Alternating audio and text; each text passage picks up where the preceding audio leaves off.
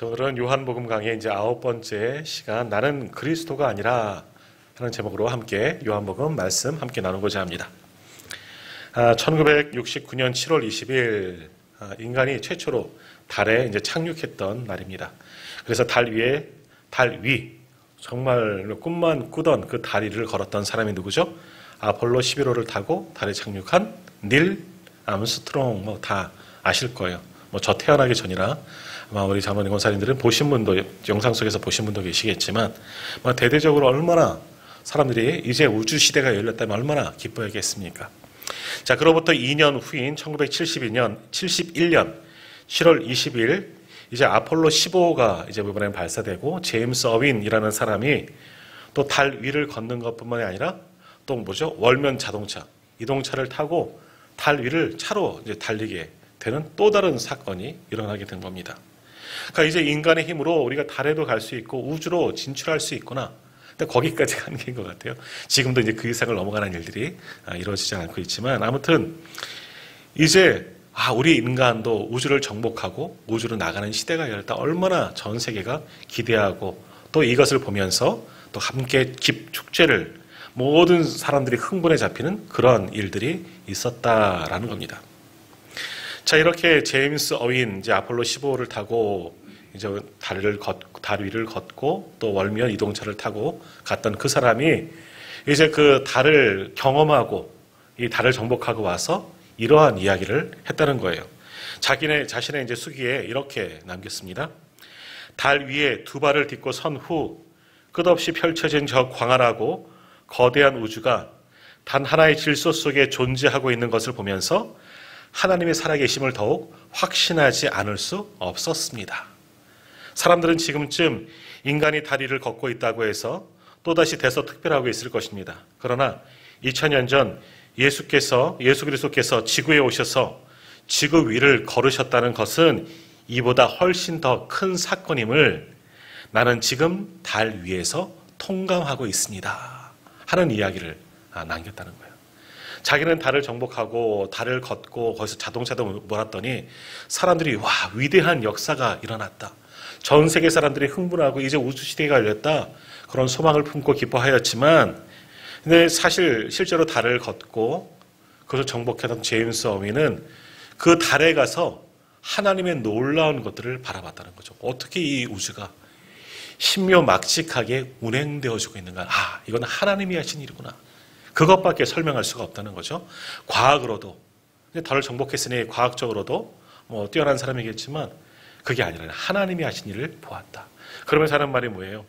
지금 내가 다리를 걷고 자동차를 몰고 그것이 지구에서는, 사람들 속에서는 많이 전파되어지고 대서특필로 뉴스에서 보도되겠지만, 그러나 그보다 더 큰 일이 뭐냐? 2000년 전에 하늘에서 내려오셔서 이 땅 지구를 걸으신 예수님이 오시는 것이 이것보다 더 큰 사건이다.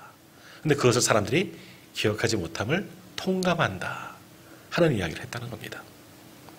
자, 이 제임스 어윈의 말처럼 우리가 우주를 정복하고 그 달 이상, 그 이상으로 가는 것, 이것도 위대한 일이지만 그것보다 더 비교할 수 없는 큰 역사가 뭡니까? 하늘 보좌에 계신 주님이, 우리 하나님이 이 땅 가운데 오신 것, 사람의 몸을 입으시고 우리 가운데 오신 것이 더 놀랍고 큰 사건인 줄 믿습니다. 자, 그래서 예수님이 오셨을 때 우리는 이제 곧 성탄절을 맞이하면서 또 성탄의 큰 기쁨을 우리가 함께 지금은 나누고 누리고, 온 세계가 함께 성탄절 알든지 모르든지 주인공은 빼더라도 기뻐하고 축하합니다. 우리 믿는 이들은 성탄이 가장 큰 절기처럼, 부활이 원래는 더 큰 절기이지만 주님 오심을 기뻐하며 이렇게 큰 축제 가운데 큰 절기로 보내고 있습니다. 자, 그런데 정말 2000년 전 주님이 오셨을 그때는 어땠느냐라는 거예요. 정말 놀라운 사건이에요. 사람이 달을 걷는 것보다, 달을 정복한 것보다 더 위대한 사건이 유대 땅 베들레헴에서 일어났는데, 사람들이 그것을 보고 그 사건을 기억하고 기뻐하고 축제하고 환영했느냐? 2000년 전에 아니요. 그러지 않았다는 겁니다. 사실 많은 사람들이 몰랐습니다. 어떤 사람들만 그 기쁨에 참여했습니까? 한밤의 밤에 밖에서 양을 치던 몇 명의 목자들, 그리고 별을 보고 동방에서부터 얼마나 멀리 왔는지는 모르겠지만 별을 보고 찾아와 이 땅에 오신 구세주를 만난 동방박사들. 그리고 며칠 후에 예수님께서 이제 성례절을 따라 관습을 따라 이제 성전에 올라갔을 때 그 아기 예수를 만난 시므온과 안나. 이 정도만 예수님이 오신 것을 분명히 알 수 있었고 함께 기뻐했다는 거예요. 당시 예수님에 대해서 전혀 몰랐느냐? 그리스도가 올 것에 대해서 몰랐느냐? 아니요. 이스라엘 백성들은 너무나 잘 알고 있습니다. 메시아가 오실 것이랑 메시아를 대망하는 사람들이 이스라엘 사람들, 유대인들인데 실제로 그렇게 고대하던 예수 그리스도가 이 땅에 오셨음에도 불구하고 아무도 그가 오심을 전혀 알지 못했고 환영하거나 축제로 만나주지도 못했다라는 겁니다. 아니, 아무도 몰랐어요. 더군다나 당시 유대 땅 분봉왕이었던 헤롯은 어떻습니까? 몰랐죠. 근데 어떻게 알았습니까? 동방박사들이 자신에게 찾아온 것을 보고 유대인들이 예언하던 것이 이거구나. 가서 경배했나요? 어떻게 했죠, 헤롯이? 당시 동방박사가 방문한 이후로 2세 이하의 영아들은 다 죽이라. 왜? 내 자리를 지켜야 하기 때문에. 왕이 오신 게 중요한 게 아니에요. 메시아가 오신 게 중요한 게 아니에요. 나와는 상관없는 일이에요. 내 자리가 더 중요했기 때문에 2000년 전에 가장 놀라운 사건이 일어났음에도 불구하고 당시 아무도, 극소수의 사람들 외에는 아무도 주님 오심을 알지도 못하였고 함께 기쁨을 나누지도 못하였다라는 겁니다. 오히려 주님을 맞이하기는커녕 잊혀진 채로 한 시골 구석에서 조용히 우리 가운데 우리 주님은 오셨습니다. 자, 그로부터 이제 30년의 이제 세월이 지나가게 되죠. 오늘 본문의 말씀의 배경이 그렇습니다. 인간의 몸을 입고 오신 우리 주님께서 이제 하나님의 아들, 그러니까 메시아로서의 공생의 사역을 시작하고자 하는 첫날이 바로 오늘 말씀이라고 요한복음에서는 할 수가 있는 거죠. 그래서 주님께서 어떻게 하셨습니까? 다른 복음서에서는 광야에 가서 시험을 받으시고 그 다음 일들이 진행되었지만 요한복음에서는 공생의 시작이 뭐냐? 세례 요한이 있는 요단강에 가서 세례를 받으심으로 공생애가 시작된 것으로 요한복음은 그렇게 기록하고 있습니다. 자, 당시 세례 요한이 세례를 베풀던 그 요단강에도 상당히 많은 사람들이 몰려와 있었습니다. 그런데 그들 중에서 예수 그리스도를 알아본 사람은 아무도 없었다는 거죠. 메시아, 그들이 고대하던 그리스도가 이 땅 가운데 오셨고 이미 오신 지 30년이나 지났고 그분이 이제 자기들 속으로 왔는데도 불구하고 오셨음에도 불구하고 그 메시아를, 그 그리스도를 알아보는 사람이 아무도 없었다는 겁니다. 그러나 단 한 사람만 메시아로 오신 예수 그리스도를 알아봤다는 거예요. 그 사람이 누구예요? 바로 세례 요한입니다. 자, 오늘 보면 29절 말씀, 요한복음 1장 29절 말씀 우리 같이 한번 읽도록 하겠습니다. 29절입니다. 이튿날 요한이 예수께서 자기에게 나아오심을 보고 이르되 보라, 세상 죄를 지고 가는 하나님의 어린 양이로다. 아멘. 오직 요한만이 지난 30년 동안 예수님의 오심을 아주 극소수의 사람들, 천사의 사인을 줬기 때문에 목자들도 알았죠. 또 동방박사는 별을 보고 예언을 보고 찾아왔지만 나머지는 몰랐다는 거예요. 극소수만 주님의 오심을 알았는데, 그런데 30년이 지나도 여전히 알지 못했죠. 잊혀진 채로 지냈던 것이겠죠. 그런데 30년 만에 주님이 첫 공생의 사역을 시작하시는데 요단강에 오셨습니다. 세례 요한에게 세례를 받으시려. 그때 세례 요한만이 메시아로 오신 예수 그리스도를 알아봤다는 겁니다. 그리고 주님을 향하여 말하죠. 보라, 세상 죄를 지고 가는 하나님의 어린 양이구나. 예수님의 무엇을 하실지 그것까지도 세례 요한은 정확하게 알고 있다는 겁니다. 세상 죄를 지고 가는 어린 양. 요즘에 우리가 레위 출애굽기, 또 이번 주는 레위기를 시작했기 때문에 이 어린 양, 세상 죄를 지고 가는 어린 양에 대해서 우리가 이제 오늘 아침에도 소재에 대한 번제, 소재 이야기 나눴지만 다 아실 거예요. 우리의 죄를 대속하기 위해서 어린 양이나 염소 또는 송아지, 소에 내 죄를 전가시키고 죽는 대속의 제물이 세상 죄를 지고 가는 어린 양 아니겠습니까? 주님은 이 땅에 무엇하러 오셨느냐? 우리 모든 이들의 죄를 대속하기 위해서 하나님의 어린 양으로 오셨다. 대속의 죽음을 지기 위해서 오셨다. 오직 요한만이 주님 오심을 알아보고 주님의 하실 사역까지도 알아봤다라는 겁니다. 자, 당시 아무도 예수님을 알아보지 못했습니다. 그리스도이심에도 알아보지 못했는데 어찌하여 요한은 그러한 예수님을 알아볼 수 있었느냐라는 거죠. 요한이 그 해답을 스스로 하고 있습니다. 자, 32절에서 34절까지의 말씀 한번 같이 읽습니다. 32절에서 34절 말씀 같이 읽습니다. 요한이 또 증언하여 이르되 내가 봄에 성령이 비둘기같이 하늘로부터 내려와서 그의 위에 머물렀더라. 나도 그를 알지 못하였으나 나를 보내어 물로 세례를 베풀라 하신 그이가 나에게 말씀하시되 성령이 내려서 누구 위에든지 머무는 것을 보거든 그가 곧 성령으로 세례를 베푸신 이인 줄 알라 하셨기에 내가 보고 그가 하나님의 아들이심을 증언하였노라 하니라. 아멘. 자신이 어떻게 예수 그리스도 메시아로 오신 하나님의 아들이심을 알아봤느냐, 오늘 본문에서 말씀하고 있는 겁니다. 한마디로 요한이 예수 그리스도를 알아볼 수 있었던 것은 일단 먼저 영적으로 깨어있는 사람인 겁니다. 영적인 귀가 열려 있어서 하나님의 음성을 들을 수 있는 사람. 나에게 말씀하신 이가 이야기하셨다잖아요. 성령이 누구의 위에 머무는 것을 보면 그인 줄 알라. 그이가 뭐예요? 구약에서 말씀하신 예언 메시아 그리스도 하나님의 아들이심을 알라. 성령의 음성을, 하나님의 음성을 들어요. 열려져 있는 귀, 영적인 귀가 열린 사람이 바로 세례 요한이라는 거죠. 또 영적인 눈도 열려 있습니다. 성령이 비둘기같이 내려오는 것 아무도 못 봤어요. 요한만이 보는 거예요. 그러니까 알아보죠. 우리도 봤다면 어떻겠습니까? 이상한 광경을 보고 저분은 누굴까? 그런 인간 얘기하지 않았겠습니까? 아니, 근데 아무도 보지 못한 거죠.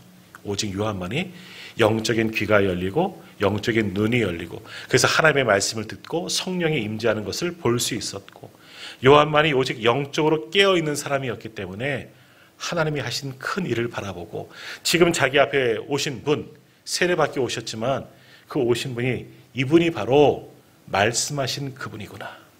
하나님의 어린 양이구나. 바로 하나님이시구나. 하나님의 아들이시구나. 하는 것을 요한이 증언할 수 있었다라는 겁니다. 자, 세례 요한은 이처럼 영적으로 깨어있는 사람이에요. 복된 귀와 복된 눈을 가진 사람입니다. 그러기에 하나님의 말씀을 하나님의 말씀으로 들을 수 있었고 성령이 역사하는 것도 자신의 눈으로 영안으로 볼 수가 있었다는 거예요. 그러기에 메시아로 오신 예수님을 알아볼 수가 있었고 이분이야말로 하나님의 아들이시구나 하는 것을 알고 선포하게 된 거죠. 자, 이와 같이 영적으로 깨어있는 사람, 복된 귀와 눈을 가진 사람이 진정한 복 있는 사람인 줄 믿습니다. 하나님의 말씀을 하나님의 말씀으로 들을 수 있는 사람. 지금도 하나님은 말씀하십니다. 설교를 통해서, 성경을 통해서, 또 우리 옆에 있는 사람들을 통해서, 모든 자연 만물을 통해서, 그래서 계시라고 표현하죠.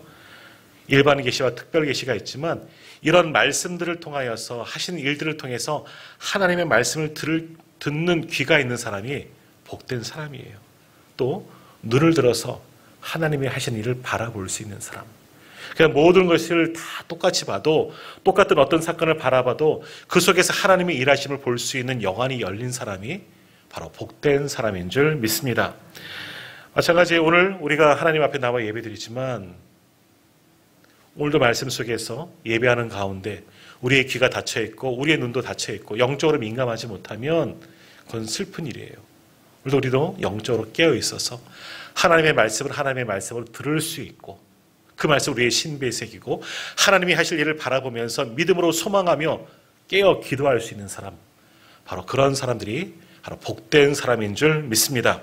더욱이 오늘 예배하는 우리 모두가 그렇게 성령의 임재하심을 느끼고 말씀을 듣고 깨닫고 움직일 수 있는 복된 사람이 이미 다 되신 줄 믿습니다.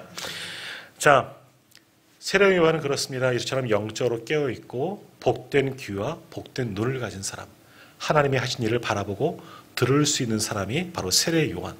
그러기에 예수님이 하나님의 아들이심을, 자기 앞에 놓여진 이 젊은 청년이 자기랑 나이도 비슷하잖아요. 이분이 바로 하나님이시구나 하는 것을 알아볼 수 있었다는 거예요. 거기에는 수많은 사람들이 있지만, 또 우리가 19절부터 읽었지만 이 유대 종교 지도자들도 거기에 있을 거예요. 그들도 알지 못했어요. 그들은 지난주 말씀처럼 사람들에게는 교만하지만 위대해 보이지만 아니에요. 그들도 전혀 알지 못하였다라는 겁니다. 자, 그러면 그 수많은 사람 중에서 어떻게 세례 요한만 영적으로 깨어 있었고 또 복된 귀와 복된 눈을 가질 수 있었느냐? 세례 요한은 내가 누군지를 알고 있어. 자신이 어떤 사명을 가지고 이 땅에 온 사람인지 자기 정체성을 분명히 알고 있었기 때문에 하나님께서 그를 영적으로 깨어있게 하시고 복된 귀와 복된 눈을 가지게 하셨다는 거예요. 자, 오늘 보면 19절 말씀을 한번 보십시오. 19절 말씀 보면 말씀을 한번 같이 읽도록 하겠습니다. 19절 말씀입니다. 유대인들이 예루살렘에서 제사장들과 레위인들을 요한에게 보내어 내가 누구냐 물을 때에 요한의 증인이 이러하니라. 아멘. 당시 많은 사람들 어디선가 갑자기 나타나서 세례를 베풀고 하나님의 말씀을 선포하는 요한을 보고 아주 놀랍게 여겼다는 거예요. 더구나 그가 말하는 것에 권세가 있고 그가 행하는 모든 것에 하나님이 하신 일이 느껴지는 거죠. 그러니까 요한을 보면서 저 사람이 그리스도가 아닌가 하는 생각이 든 거예요. 확신하지는 못했지만 저 사람이 하는 모든 것들을 보며 말과 행동을 보았더니 성경에서 말했던 그리스도가 저 세례를 베푸는 저 사람이 아닌가. 당시 사람들은 그렇게 이야기한 거예요. 그래서 오늘 19절에서 뭐라 그래요? 제사장들과 레위인들을 요한에게 보냈다. 예루살렘에서 유대 종교회의에서 보낸 거예요. 저 사람에 대해서 한번 알아보자. 누군지 정말 예언하신 그리스도가 우리 가운데 왔는지 확인해보자. 사람들이 와서 물어보는 거죠. 너는 누구냐? 당신은 여기 말해 이제 내가 누구냐 묻겠지만 정말 내가 묻겠느냐? 그렇게 얘기하겠습니까? 그 권위 앞에 당신은 누구십니까? 말씀하신 그입니까? 21절에도 당신 엘리야이십니까? 선지자십니까? 계속해서 물어보잖아요. 당신은 도대체 누구십니까? 근데 세례 요한은 뭐라 그럽니까? 나는 광야에서 외치는 자의 소리다. 이사야 선지자의 말씀처럼 자신의 위치를 정확하게 알고 있었다라는 겁니다. 자, 우리가 구약 성경에서 신약 성경으로 넘어갈 때 구약의 제일 마지막 책인 말라기에서 우리 성경 편집으로 보면 마태복음 나올 때 우리는 말라기 마지막 장에서 마태복음 1장을 만날 때 한 장밖에 안 넘기잖아요. 책으로 한 장 쫙 넘기면 구약에서 신약이 넘어갑니다. 근데 그 한 장이 얼마의 시간이 걸린다 그랬어요? 400년이에요. 400년. 이스라엘 백성들이 출애굽한 것도 430년인데 400년이라고 보통 이야기하죠. 구약에서 신약의 시대로 넘어가는데도 400년의 시간이 걸렸습니다. 그래서 구약과 그 400년을 뭐라고 그러느냐? 구약과 신약의 중간기, 신구약 중간기라고 그렇게 표현합니다. 그때는 아주 역사 속에서 엄청난 일들이 암흑기라고도 표현하는데요. 이스라엘이 완전히 멸망하던 그런 고통에 있던 그런 일들이 있었습니다. 외적으로는 로마가 침탈해 와서 예루살렘이 완전히 무너지고 유대가 함락되고 로마의 지배를 받던 시기가 그 중간기 시대였지만, 그러나 영적으로도 보면 이때 이 400년의 시간은 암흑기입니다. 구약과 신약 사이. 왜 암흑기입니까? 하나님의 말씀이 없었기 때문에. 하나님의 말씀이 전혀 없었어요. 말라기 선지자 이후로 지금 말씀하는 세례 요한이 올 때까지 광야에서 외치는 자의 소리가 들리기까지 이 400년의 시간 속에서는 하나님의 역사하심이 느껴지지 않았던 거예요. 출애굽할 때 이스라엘 백성들도 애굽에서 그런 것을 아마 느꼈겠지만 그 시대 사람들은, 특별히 이스라엘 백성들은 하나님의 말씀이 없는 거예요. 얼마나 두려웠겠습니까? 얼마나 무서웠겠습니까? 하나님이 우리를 완전히 버리셨구나. 그런 생각 왜 아니 했겠습니까? 그러면서 더욱더 메시아를 대망하고 하나님의 말씀이 다시금 우리 가운데 있기를 소망하며 끝까지 신앙의 순수함을 지키던 사람들도 분명히 있었을 거예요. 그러나 아무튼 400년의 이 신구약 중간의 역사 속에는 암흑기예요. 전혀 하나님의 말씀이 하나도 들리지 않고 하나님의 말씀을 선포하는 선지자도 하나도 없었다는 거예요. 그런데 그 400년 만에 광야에서 외치는 소리가 들리는 거예요. 들어보니 그 말에 권세가 있는 거예요. 알지는 못하지만 성경을 통해서 아는 것처럼 그 400년 이전에 있었던 선지자들의 말씀과 같은 놀라운 하나님의 말씀이 광야에서, 광야는 뭐예요? 빈들이에요. 아무도 없는 곳. 거기에서부터 들려지기 시작하는 겁니다. 사람들이 굳이 광야까지 찾아간 거예요. 왜? 하나님의 말씀이 들려지기 시작하니까.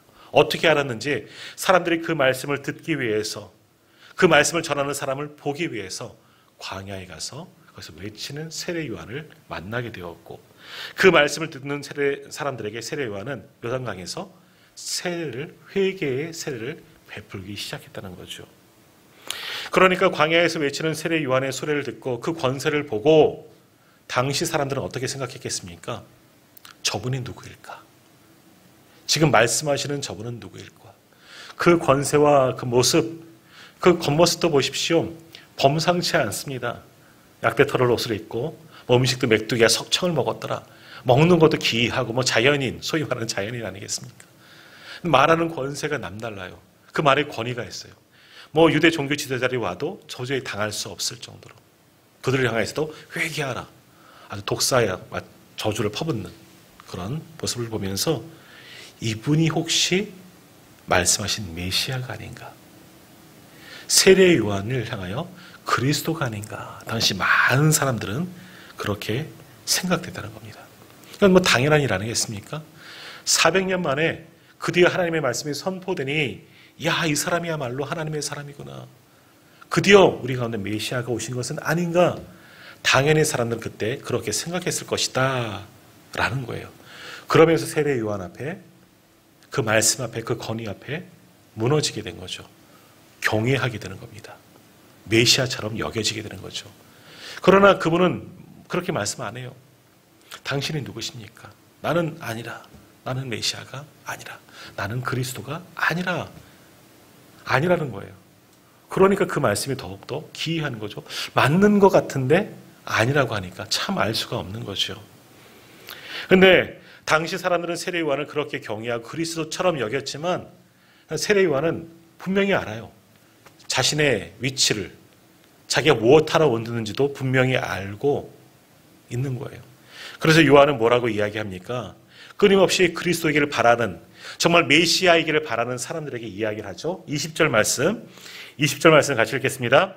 요한이 드러내어 말하고 숨기지 아니하니, 드러내어 하는 말이 나는 그리스도가 아니라 한데 나는 그리스도가 아니다. 그러면서 뭐라고 얘기합니까? 23절 같이 읽겠습니다.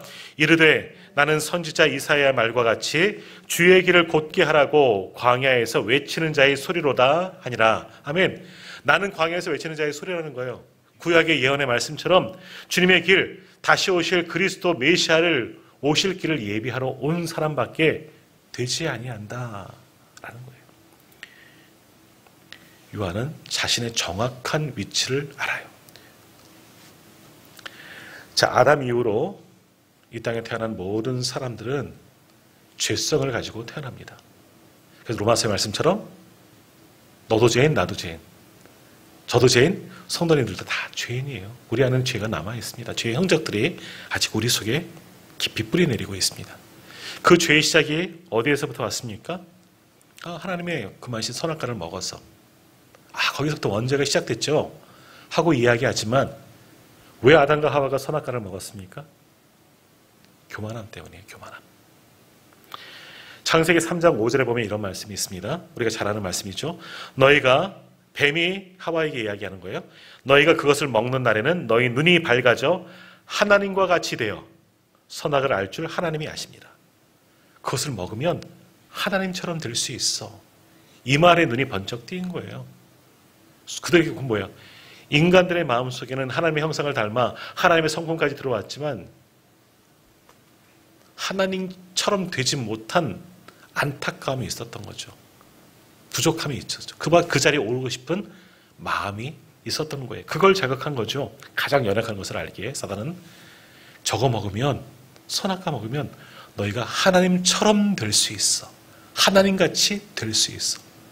그 말에 솔깃 귀가 열리고 정말 그 사과를 보니까, 선악과를 보니까 그럴 것 같아요.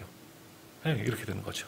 그래서 결국 하나님처럼 되고 싶은 교만함이 죄로 이어지게 된 겁니다.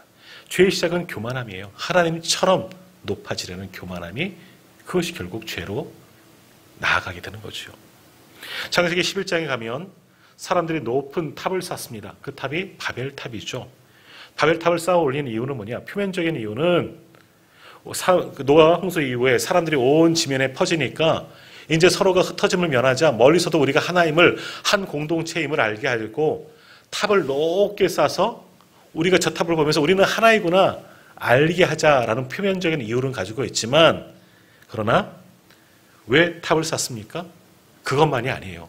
사실은 원래 목적이 있어요. 창세기 11장 4절에 보면 이런 말씀이 있습니다. 또 말하되 자 성읍과 탑을 건설하여 그 탑 꼭대기를 하늘에 닿게 하여 우리 이름을 내고 온 지면에 흩어짐을 면하자 하였더니, 표면적으로는 흩어짐을 면하자 이런 목적으로 쌓지만 원래 쌓으려고 했던 목적은 뭐냐? 탑 꼭대기를 어디까지? 하늘에 닿도록, 하늘에 닿게 해서 우리 이름을 높이자.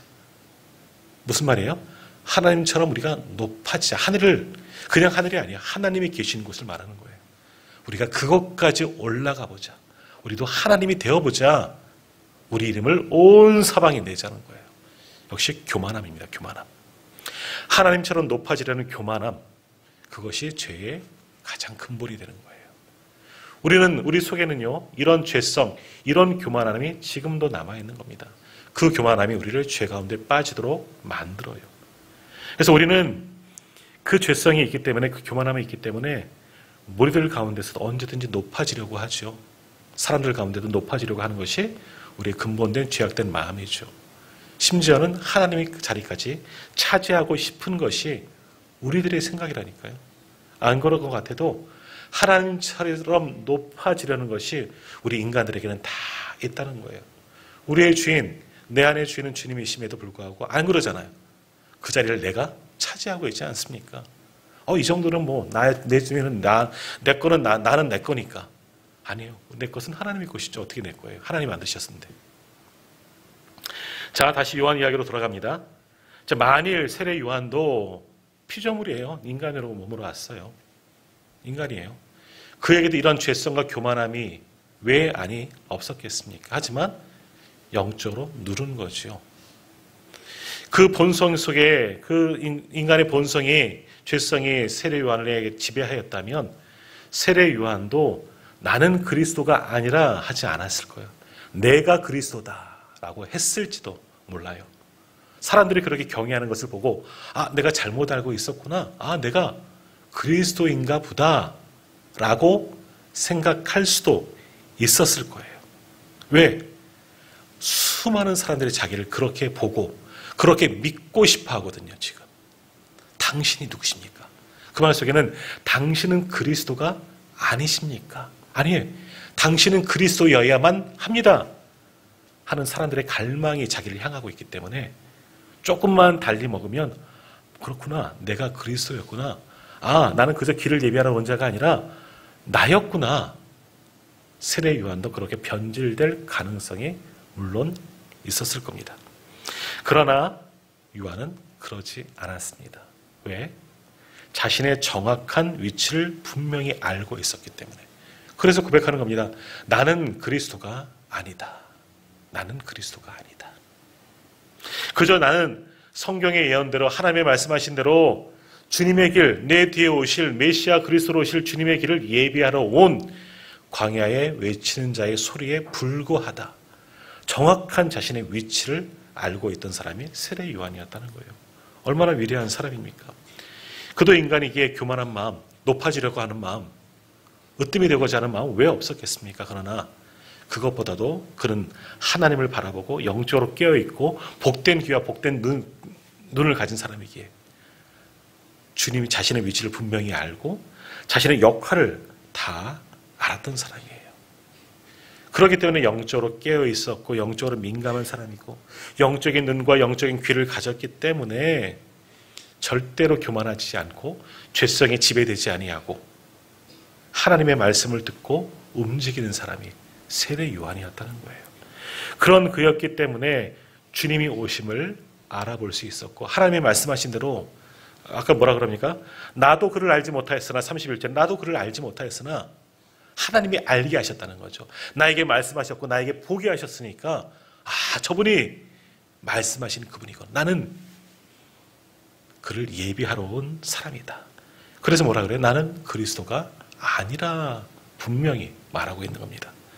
그리고 더더욱 그의 겸손한 모습을 27절에서 말씀하고 있습니다. 27절 한번 같이 읽겠습니다. 27절입니다. 곧 내 뒤에 오시는 그이라 나는 그의 신발끈을 풀기도 감당하지 못하겠노라 하더라. 아멘. 예전 성경에는 개역 한글 성경에는요 신들매를 풀기도라고 나와요. 신발끈 똑같은 이야기인데 자 무슨 말이냐? 요즘에 우리 저도 구두를 신고 오지만 운동하든 요즘에 끈을 묶는 그런 신발이지만 당신은 신이 어땠습니까? 샌들이잖아요. 바닥만 이 발바닥 땅에 닿는 면만 좀 두꺼운 가죽이나 그런 것들로 덧대고 위에는 끈으로 묶는 거예요. 여름에 신는 샌들처럼 그냥 끈으로 묶는 것이 당시 신발이었습니다. 그래서 자기가 그 신발을 신기도 하지만 좀 여유 있는 사람들은 어떻게 합니까? 종들이 그 신발끈을 묶어주는 거예요. 신을 신겨주는 거죠. 그래서 고정이 잘 되도록 이 발바닥의 딱딱한 면이 도망가지 않도록 아주 발에다 잘 고정시켜 묶는 것, 그 신발끈을 매주는 일을 하는 사람들이 있습니다. 그럼 어떡합니까? 주인의 신발끈을 묶기 위해서는 구부려야 하는 겁니다. 똑바로 서서 발 들어봐라. 내가 묶어줄게 하지 않습니다. 신발을 신기려면 그 앞에 무릎을 꿇고 앉아서 몸을 구부리고 신발끈을 묶을 수밖에 없는 거죠. 세례요한이 그걸 이야기하는 거예요. 나는 주님의 신발끈을 풀기도 묶기도 똑같은 이야기입니다.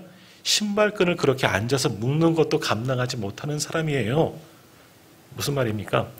이 원어적인 의미를 그대로 해석하면 나는 신발끈을 묶을 주님의 신발끈을 만질 자격도 없는 사람이라는 거예요. 그러니까 그 신발끈을 묶는 종도 되지 못할 정도로 너무나 형편없고 자격 없는 사람이 자신이라는 거예요. 세례요한은 정확하게 알고 있어요. 정말 그렇죠. 세례요한 당시 사람들 위대하게 보이지만 주님에 비하면 자신은 아무것도 아닌 거예요. 분명히 그걸 알았어요. 그래서 말하는 거예요. 나는 주님의 신발끈을 묶기도 감당하지 못하는 사람입니다. 주님에게 손도 못 대는 사람이에요. 왜? 그만큼 주님은 높으신 분이기 때문에. 하나님의 아들이시기에. 또 하나 신발끈을 묶는다, 무릎을 꿇는다 아마 이야기 드렸죠. 이제 조금 더 이걸 보면 엎드려서 그 일을 하겠다는 거예요. 나는 무릎을 꿇는 정도가 아니라 굽히는 정도가 아니라 아주 엎드려서 이건 뭐냐면 왕 앞에 납작 엎드린다는 거죠. 완전한 복종을 이야기하는 거예요. 그분에게 완전히 복종하는 사람입니다. 자신은 없는 거예요. 낮아지는 거예요. 자, 이와 같이 영적으로 깨어있는 사람, 하늘을 향하여 귀가 열리고 눈이 열린 사람, 그래서 메시아로 오신 예수 그리스도를 알아본 사람, 그분이 세례 요한이었는데요. 어떻게 그가 주님을 알아볼 수 있었느냐? 어떻게 깨어진 열린 눈과 귀를 가질 수 있었느냐? 영적으로 깨어있는 사람이 될 수 있었느냐? 이 겸손함에 있는 거죠. 자신의 정확한 위치를 알고 자신의 역할을 알았기 때문에 하나님께서 그를 위대한 주님의 길을 예비하는 사람으로 세워주셨다라는 겁니다. 그러니까 훗날 예수님도 이러한 세례 요한을 칭찬합니다. 여자가 낳은 사람 중에서 가장 위대한 사람이다. 자, 오늘 말씀은 우리에게 한번 적용하겠습니다. 오늘 우리에게는 세례 요한과 같은 겸손함이 있습니까? 주님 앞에 우리를 낮추고 완전히 납작 엎드려서 복종할 준비가 되어져 있습니까? 사실 요즘에 순종한다는 말, 그것도 그렇지만 복종이라는 말씀이면 우리는 좀 거부감이 있지 않습니까? 내가 누구에게 복종한다, 이건 비굴해지는 것 같아서. 하지만 세례 요한은 주님 앞에 복종한 겁니다. 납작 엎드리니까 복종이에요. 우리는 예수님을 섬긴다 하면서도, 주님을 믿는다 하면서도 주님 앞에, 그 말씀 앞에 엎드릴 준비가 되어져 있느냐, 복종할 준비가 되어져 있느냐, 우리 스스로를 한번 깊이 생각해 보시길 바랍니다. 또 우리 안에, 우리 깊은 곳에 아직도 여전히 죄성이 남아있는데, 그 교만한 마음이 남아있는데, 그것을 우리가 세례 요한처럼 통제할 수 있느냐? 아니면 그 죄성에 교만한 마음이 지배되어서 항상 내가 으뜸이 되려고 하고 높아지려고 하고 내 주인은 나다 교만해지려고 하는 것이 오늘 우리는 아니냐. 심지어는 하나님의 자리를 차지하고 싶은 것이 오늘 우리들의 마음은 아닌가. 한번 깊이 생각해 보시기를 바랍니다. 자, 오늘 본문 23절 말씀 다시 한번 읽도록 하겠습니다. 23절 말씀 같이 읽겠습니다. 이르되 나는 선지자 이사야의 말과 같이 주의 길을 곧게 하라고 광야에서 외치는 자의 소리로라 하니라. 아멘. 세례 요한은 이사야 선지자의 말을 인용해서 나는 그저 광야에서 외치는 자의 소리일 뿐이다. 소리라는 거예요. 자신의 위치는 광야의 소리라는 거예요. 광야에서 하나님의 말씀이 떠돌아다니는 그런 소리밖에 되지 않는다. 그렇게 이야기하는 거예요. 근데 오늘 여기서 광야를 우리가 잘 유심히 봐야 하는 거예요. 광야, 빈들, 아무도 없는 것이 광야였습니다. 인간의 능력으로는 살아갈 수 없는 것, 물 한 잔도 밥 쌀 한 톨도 먹을 수 없고 구할 수 없는 것이 빈들 광야입니다. 그 광야는 어떤 곳입니까? 우리가 광야라는 그런 찬양도 있지만 광야는요, 하나님만 의지하는 곳이 광야예요. 왜? 내 힘으로는 도저히 살 수 없으니까. 아무것도 없잖아요. 빈들, 사람들도 없고 돌을 만한 사람들도 없고 먹을 것도 없고 물도 없는 것이 광야라는 거예요. 거기서 살 수 있는 유일한 방법은 단 하나, 뭡니까? 하나님만 의지하는 거죠. 하나님만 바라보는 것. 광야에서 외치는 자의 소리. 그 빈들 하나님만 의지하는 그 광야에서 하나님이 주신 말씀을 전하는 자이다. 다시 말하면 그 광야는 어떤 것이냐? 하나님을 바라보는 곳, 하나님을 만나는 곳, 하나님을 향하여 영적인 눈이 열려지고 귀가 열려지기 시작하는 곳이 광야이다. 광야 영성을 가진 이가 바로 세례 요한이었다는 거죠. 그러기에 그 광야를 통해서 하나님을 만나고 하나님을 의지하는 법을 배웠기 때문에 자신 안에도 남아져 있는 죄성을 누르고 교만한 마음도 누르고 하나님의 것으로만 채우고 영적으로 깨어있고 복된 귀와 복된 눈을 가졌기에 예수 그리스도를 정확하게 알아보고 자신은 그저 주님의 길을 예배하러 온 차임을 분명히 정체성을 알고 있는 이가 세례 요한이었던 겁니다. 얼마나 인간적으로 보면 위대한 사람이겠습니까? 하나님도 기뻐하실 만한 그런 사람이죠. 자, 오늘 우리는 하나님을 믿노라 우리가 고백은 하고 있지만 그러나 실제로는 어떻습니까? 어찌 보면 하나님의 자리를 차지하고 있는 것이 오늘 우리라 할 수 있는 겁니다. 하나님 앞에 엎드릴 수가 없죠. 내가 하나님 자리를 차지하고 있는데 내가 그 앞에 엎드릴 필요가 뭐가 있느냐라는 거예요. 엎드리지 못하기 때문에, 엎드리지 않기 때문에 광야가 없어요. 하나님을 만날 수도 없어요. 의지할 수도 없고 볼 수도 없고 들을 수도 없는 겁니다. 스스로 교만해서 내가 하려고 하고 내 방법대로 살아가고 내가 원하는 대로 살아가기 때문에 더 이상 하나님이 들어올 틈이 없는 거죠. 하나님을 보지 못하니 어떻게 영안이 열리고 귀가 열릴 수가 있겠느냐라는 거예요. 결국 그렇게 가는 길이 뭡니까? 죄인의 길, 멸망의 길이 되는 겁니다. 오늘 우리에게 필요한 것은 뭡니까? 바로 세례 요한의 겸손함, 광야의 영성이 오늘 우리에게도 필요한 줄 믿습니다. 복된 길을 가지고 복된 눈을 가지고 하나님의 말씀을 듣고 그것을 하나님의 말씀으로 들었다면 순종할 수 있고 복종할 수 있고 눈을 들어 하나님이 하신 일을 바라보면서 성령이 운행하신 일들을 바라볼 수 있는 복된 눈을 가진 저와 우리 모든 성도님들 다 되시기를 간절히 소망합니다. 그들을 우리의 사명도 뭐예요? 결국 주님의 길을 다시 오심을 전하기 위한 광야에 외치는 자의 소리로 우리도 살아가야 하는 거예요. 그것이 오늘 우리가 살아가야 하는 우리의 삶인 줄 믿습니다. 그러므로 이제는 세례 요한처럼 우리를 낮추고 겸손하고 하나님의 말씀 앞에 복종하고 광야의 영성을 회복하여 영적으로 깨어있고 복된 귀와 복된 눈을 가지고 하나님의 말씀을 들고 세상을 향하여 그 소리를 전할 수 있는 광야에 외치는 자로 살아갈 수 있는 우리 모두가 다 되시기를 간절히 소망합니다. 기도하겠습니다.